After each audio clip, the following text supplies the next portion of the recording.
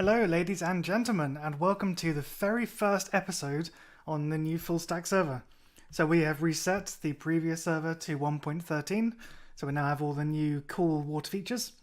And I am here at spawn area here, which is roughly, can't see with F3 on, with a F1 on even. It is roughly there, 120 minus 180. It is night time, and Shekaman is hot on it. He always wants us all to sleep. So I'm going to leg it back to my bed. So this is the portal that I've made. It's kind of spawn portal. It can be moved. Also, dirt corners are best corners. And, okay.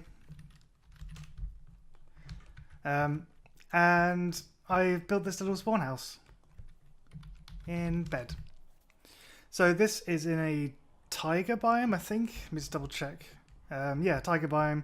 So all of the trees around us were initially spruce, so hence why this is all spruce.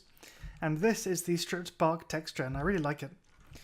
Speaking of textures, I have found the same texture pack that the Hermitcraft guys are using, and I thought I'd give that a go just in case the textures actually become a reality. So if you don't know, the general idea is that these textures are going to be what Minecraft will look like in a future update coming soon, TM. And I thought that I may as well get a head start, seeing as there are no current texture packs for 1.13. I thought I'll give this a go. Well, no, sort of faithful, I should say. It's not been updated to 1.13 as at the time of recording this. So that's the texture pack I always use, and I currently can't use it. So I thought I'd give this new one a go. It looks okay. Wheat is kind of hard to tell when it's grown, so I first thought that this was the full grown texture. But if you see this one here, it's slightly lighter, and that actually gives you the wheat. So yeah, it takes a bit of getting used to. And the armor here, it looks what it is, a lot smaller than the previous texture. So if we actually go in to here, ignore these ones. I was using an X-ray texture pack in the previous server, so I've still got this. So yeah, the armor's now like bulkier. Oh, it was. Sorry, the armor was bulkier. The textures were bulkier. But I think that the new one is like, it's okay. I don't think it's better per se. Like, it seems a bit streakier for the melons, and the wheat is kind of hard to distinguish. I think the previous wheat texture looked a bit more obvious, like it was more obviously wheat. This is not. I mean, it may be more realistic, but I guess it's the whole point. It's the whole case of getting used to a texture. That's what it boils down to. So I'm kind of getting used to it at the moment, and hopefully you guys who are watching this video also watch Hermitcraft, so you may be also used to it, and I'm just maybe preaching to the choir here. But I think, yeah, it's worth trying, I suppose. But anyway, enough rambling. So, day one on the server, I spawned over there, legged it all the way down here, and this portal wasn't there. There are loads of trees around here. There's a base up here, a base up there that wasn't there before, and this was just full of trees. But it seemed to be like a nice flat area, so I leveled it off a little bit and started construction of this beauty with the new split bark texture. I kind of like it. It's kind of like imposing, sort of domineering spruce wood building, and I don't think I have any glass in the ceiling yet. I just paved over with slabs, right? Yeah. So I got some birch saplings and grew them, stuck them around the base, and made the roof out of birch slabs and this out of birch planks. I got a doggy. Yeah, I got a doggy. Thanks to Denny, who was the one who just logged out. So yeah, this is kind of Spawn Town. It's only been 5 days, I think, or 6 days since 1.13 released. So this is still very much early days. There are people in enchanted diamond armor still, so I am very much far behind. Let's actually put this armor back on again. Get my inventory back to how it was. Eat a bit of bread. So there is Yoppie. There, I think, is Gorocus. Here is Golf. I thought he had his name there. Maybe not. I think that's Gorocus. I'm not entirely sure. Let's go visit. Oh, it's a downstairs window. I didn't realise that. That's pretty cool.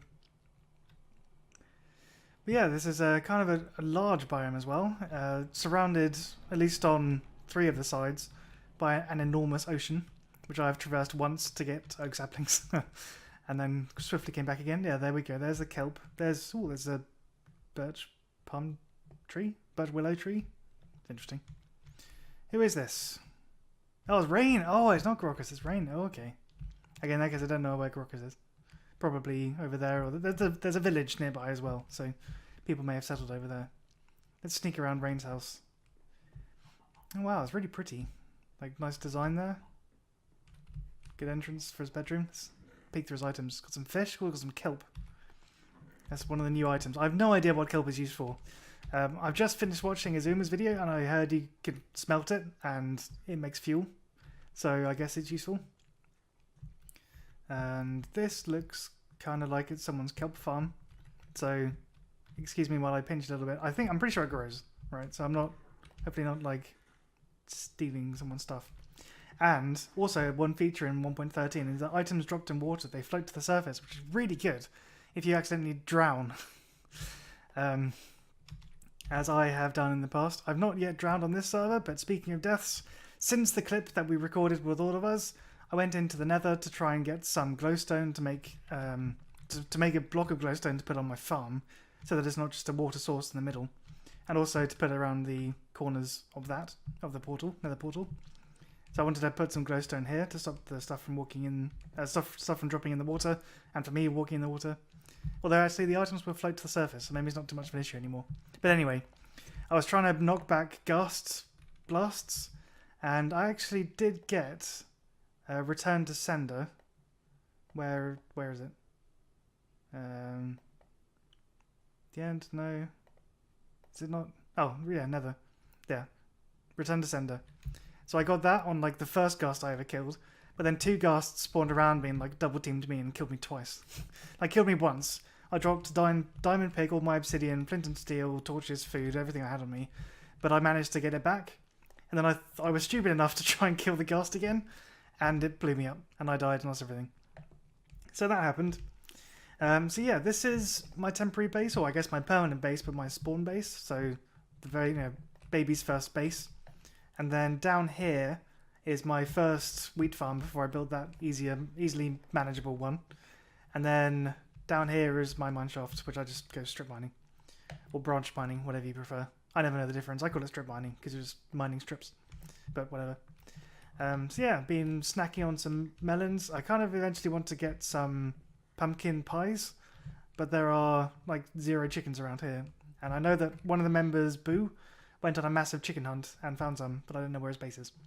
So at some point I'll be able to snag some eggs, but until then, I'll just be living off bread, I think. Actually, this is probably very loud. Okay, it seems okay. It seems loud to me. So yeah, that's pretty much all I've done so far on the server. I now have remade a diamond pickaxe, so I'm down 6 diamonds with only 1 pickaxe to show for it, and I have 2 left. So I may make a sword, because mobs here are a lot harder than they are in modded. So I'm used to like playing modded Minecraft, and whilst mobs might be harder in general, you get better weapons, so you kill them kill them faster and more easily. So I'm going to knock these down, make the portal a bit more visible. So yeah, that's me so far. So I guess I'll go back to mining, hopefully reclaim some of my diamonds. Oh, the kelp! Oh, first I want to see if you can eat the kelp, because I don't actually know. Okay, I need to get hungry though. Bear with me. Right, that took a long time. So, I've now got 1 haunch down. I took a bit of fall damage. Oh, luckily my armor didn't take any of that. Okay, so right-clicking, you can't eat the kelp. Okay, so there's no, like, epic food source. But I do know you can smelt it. So let's actually just turn some of the spruce wood into sticks, because I've got, like, an infinite supply of spruce wood. Did I replant? Oh, I didn't replant my 2x2 tree. Oops. I think I need to do that at some point. Let's get them ready. So let's cook up 1 kelp. And then see what it does. So it becomes dried kelp.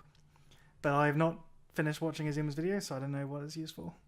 I think it's used as a fuel source. But oh no. Okay, yeah, that doesn't look very edible at all. Oh, it is! And it does 1... Was that 1.5? Or was that half? Damn it. Okay. Let's run around a bit while it's cooking up. Although I don't really know how much saturation, saturation that it gives. So I may be jumping around for a little while. Let's just try and eat it. So I didn't. Genius. Oh, bye, Shakerman. So let's see. So I have 1.5 already. Man, if this is a good food source, then there's like... Oh, it only gives half. Okay. Well, even so... Oh, he logs off just as it turns light. So even so... Kelp is quite renewable. It grows quickly and in mass quantities. If you create a humongous farm, then you could probably have quite a reliable force of food. Yep. Reliable force of food. A reliable source of food... that's a bit easier to gather than wheat, I suppose. I guess steak and meat, I guess, is still is the best food in terms of hunger and saturation. But kelp would definitely be the easiest one to harvest. You just like get a massive field of it in the water, go along the bottom and just cut it down, and then wait for it to float to the surface, go around on a boat, pick it all up. So that actually sounds pretty good. That might be something that we work on in the future. But I think for now, I'm actually going to go plant that spruce 2x2 spruce sapling down again. Hello, cows. Do I have any wheat on me? I have one. That was poor foresight. So another feature in 1.13 is if you plant down a 2x2 spruce and it grows, it transforms all of the dirt around it into podzol. But if you mine it with just a regular shovel, then if you dig it with a regular shovel, it just turns to dirt. So you need to have silk touch for it to be of any use. But still... it's a good way of getting podzol for whatever reasons. Still not entirely sure what podzol is used for aside from decoration. I don't think it has any crafting recipes, or I think maybe mushrooms can grow faster. No, I don't think that's true. I think it's just a block. I mean, please do comment, do correct me if I'm wrong. But yes, I will get down to mining. By the way, this is just a basement with nothing in it. Eventually that'll become a storage room. But yeah. I will get down to mining and see you guys in a little while. Right, so I did not go mining. Instead, I did something that's going to be very useful for the future. I dug down into the basement and I created this area. Ta-da! So this is going to be our storage system for now. This is cobblestone, this is the stone products, this is the rest of the stone. And this will be like dirt, sand, gravel, wood, something. This might be my rares chest, just to keep it distinct. And then this will be something else, I don't know. But then I made this furnace array and I've been smelting up these, he says. Did I not smelt up anything? I've been smelting up these dried kelp, but I thought I had leftovers. But yeah, if you craft these dried kelp into blocks, they will smelt 20 items each. So that's a pretty good thing to keep aware of. So I'll put one in there, and I'll put one in there, and we'll get some more smooth stone. That'd be great. So, I created this other mine shaft, or this sort of shaft all the way down to bedrock, and what I would like to do is finally play around with the new 1.13 water mechanics. So what I need is another bucket, and that's going to leave me with 1 iron ingot. Oh dear, oh dear, oh dear. So I need to get 2 buckets of water so I can create an infinite water source, and I will then take where is it? I will then take this. I have it on me. I will then take this 1 soul sand, and I will produce a way up. So this is going to be the way down. It's going to be a drop, and then the way up. I guess I can put it just to the side, just like here. That would probably work. So I'll dig down from there, and then I still need cobblestone. And so from there, we will actually be able to play around with the water mechanics, and it will be awesome, and like a really cool thing to play with.